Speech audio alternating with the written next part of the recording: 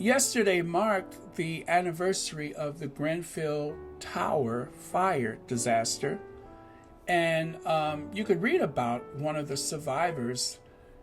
It's actually on the archwell.com page. So, as I say quite often, if you are not subscribed to Archwell, you really should, because you can get firsthand information from the Duke and Duchess of Sussex through the Archwell page. So it says here, the story of Grenfell survivor. Today is the anniversary of the Grenfell Tower fire, one of the deadliest structural fires in the United Kingdom in the modern age. On June 14, 2017, a fire destroyed the Grenfell Tower block of apartments in West London and caused the death of 72 people and injuries of more than 70 others. That day, the community's life changed forever. Years later, the survivors and families are still feeling the effects. That day and its impact will stay with them for the rest of their lives. One of the survivors, Hiwat Dagnachu, reflected on the anniversary and shared her story with archwell.com. So, if you remember, that is how the Hub Cookbook was created. It was because of Meghan's frequent visits with the women of the Grenfell Tower block. Together, our community cookbook, the Hub Community Cookbook, was born out of that disaster. When Meghan got in touch with the ladies, she found out that this community kitchen that they were using to help support the survivors of the fire and their families, this cookbook was created because that kitchen could only stay open for 2 days a week. They were lacking funding. And so the Duchess of Sussex said, there's got to be some way we can raise funding. How about a cookbook? She even wrote the foreword of the book herself. But the cookbook are the recipes used by the ladies of the Hub Kitchen. And so that cookbook, which I proudly own a copy of, is still available. Now, when Meghan partnered with these ladies to create this cookbook, all of a sudden, there was this outcry that somehow these ladies and the survivors of the Grenfell Tower were associated with some mosque that was associated with radical Islam, and it was all twisted to the point where these ladies felt like their lives were in danger because of this unwanted and ungrounded attention that they were receiving. Negative attention, should I say, that they were receiving. It was all born out of the necessity to strike against the Duchess of Sussex, and also it involved black and brown people. These non-Christian ladies were targeted because of the fact that they were in association with the Duchess of Sussex, and also they were black and brown people. Couldn't have that, could we? The cookbook was incredibly successful. And the reason why I purchased it is because if I said it once, I've said it 1,000 times. I hate a bully. I just hate a bully. And so since people want to bully the Duchess of Sussex, I have to go on Amazon and buy stuff. So I bought the Clever Blend, I bought the bench, and let's see, I have the cookbook. I have some souvenirs that I purchased while I was in the UK.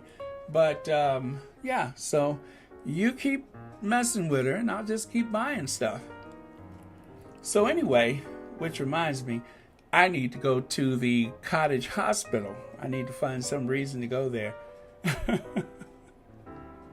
But yeah, it's a real shame that there's so much hate and intolerance in this world. That was a very proud achievement of the Duchess of Sussex. So much so, it meant so much to her that she even invited her mother to attend the luncheon. And she gave a speech without any cue cards, demonstrating how intelligent and how in touch she was with the people she was trying to help. And she has stayed in touch with those ladies. And of course, they have demonstrated their unwavering support for her, even though I'm sure the temptation was pushed in their direction.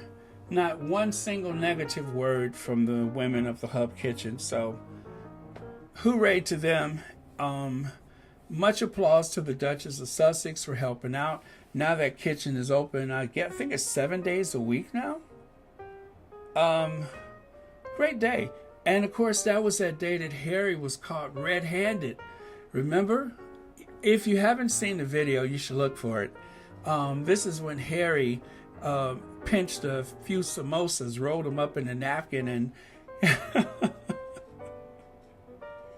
and he tried to make good his getaway, but the cameras were on him. So, you know, for myself, someone who has visited the United Kingdom on a few occasions, it is a real disappointment, the level of racism that you can find in that country. For some reason, I thought that things had changed a lot. I remember the first time I saw, I guess, a dramatization of British racism. It was one of my favorite movies, To Sir with Love, with Sidney Poitier, which I believe was made in 1965, 66. I think it was released in 66. Well, in the movie, one of the characters was a biracial kid. And this biracial kid was kind of friends with the group in the class, but then again, he was only as useful to his classmates as long as they didn't have to focus or consider or think about his racial identity being biracial.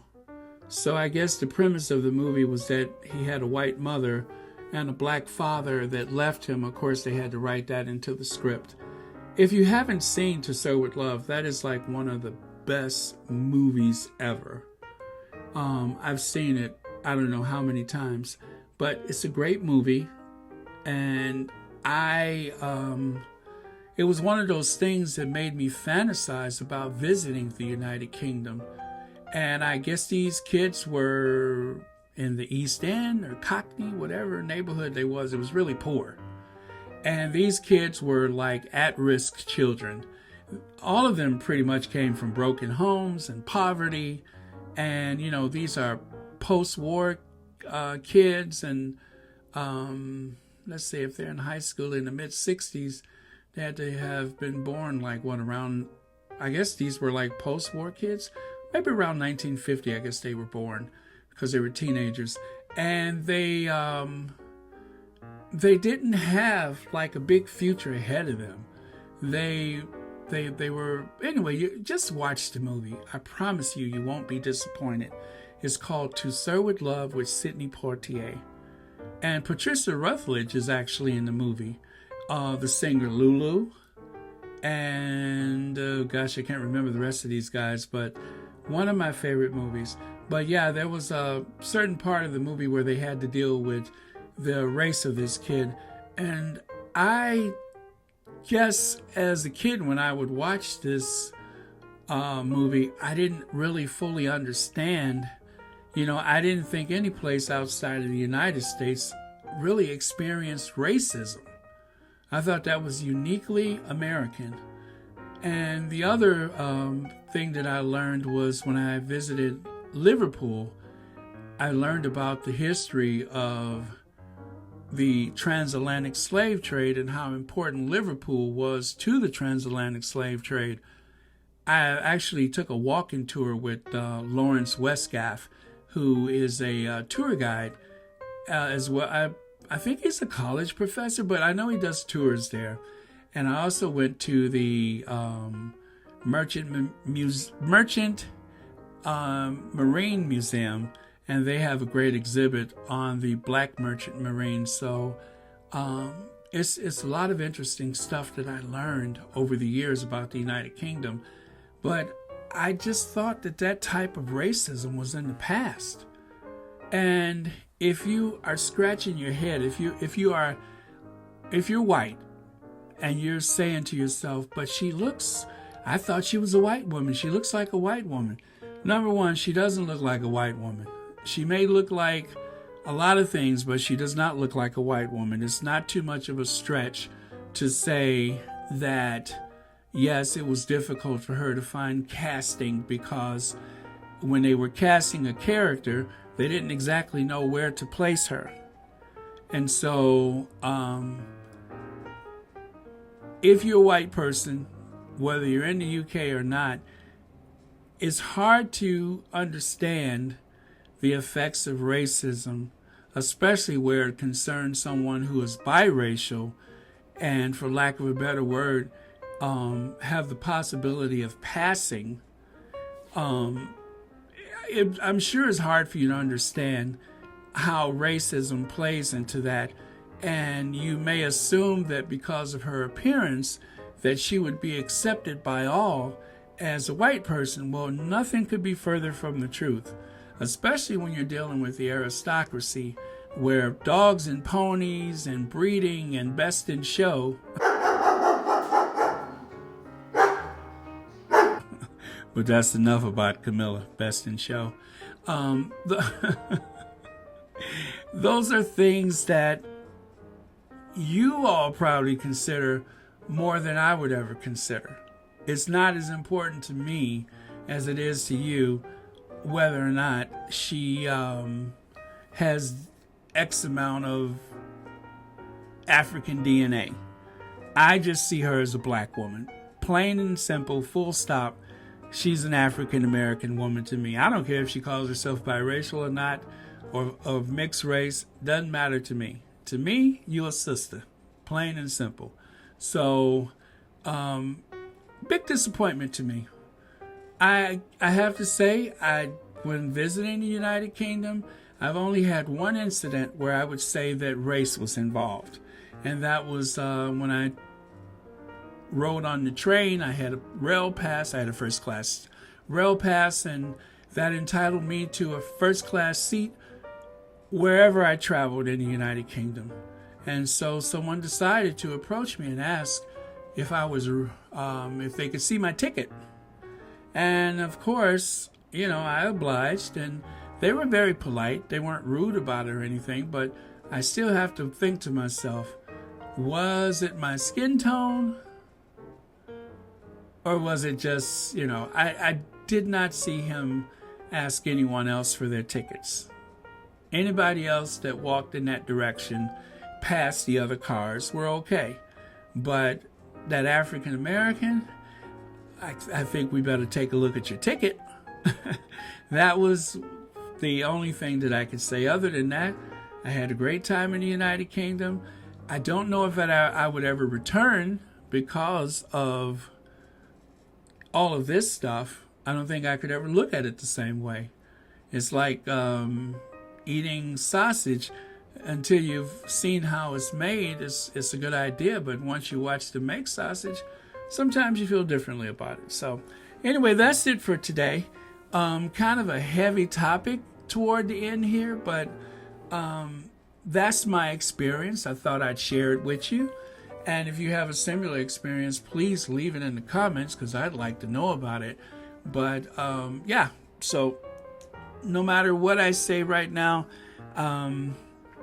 I am not a survivor of the Grenfell Tower, so I kind of feel like I'm getting sidetracked by my own experiences. But the racism thing, that's really tacky. Now, full disclosure, there's about, I would say a small percentage of my DNA that comes from the United Kingdom and Ireland and the Mediterranean and a few other places, and that's cool. But I identify myself as an African American.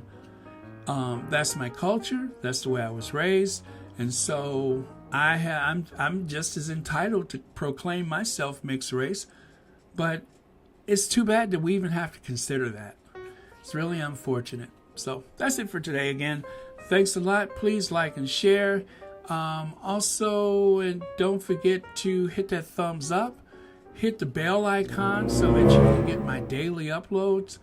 And what else did I forget? Oh yeah, and if you want to support this channel, there's PayPal, there's Cash App, and the Patreon. Thank you to all of my new Patreons, and also thank you for the Cash App and PayPal I received. Greatly appreciated. And so far, everything has gone back into this channel. Yeah, that's it. Thanks, you guys.